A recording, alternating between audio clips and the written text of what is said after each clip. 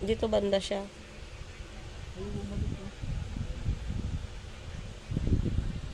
Ganda pa na talaga ito niya. Ganda pa na ito. Oo, 4 months na yan eh. Gusto mo tumapa ng anak na yan? Next month yan, baka tubuan na ng ipin yan.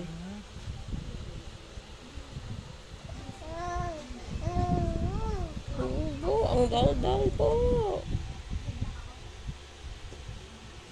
Hindi pa pinagpag.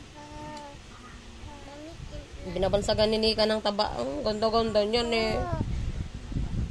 Pag hindi buknay, taba. Opo. Meljen, Madison, timplan nyo si Malia ng dide. Oo, basta wag nga alang about sa health ng family natin. Yung mga pranks nyo. What did they?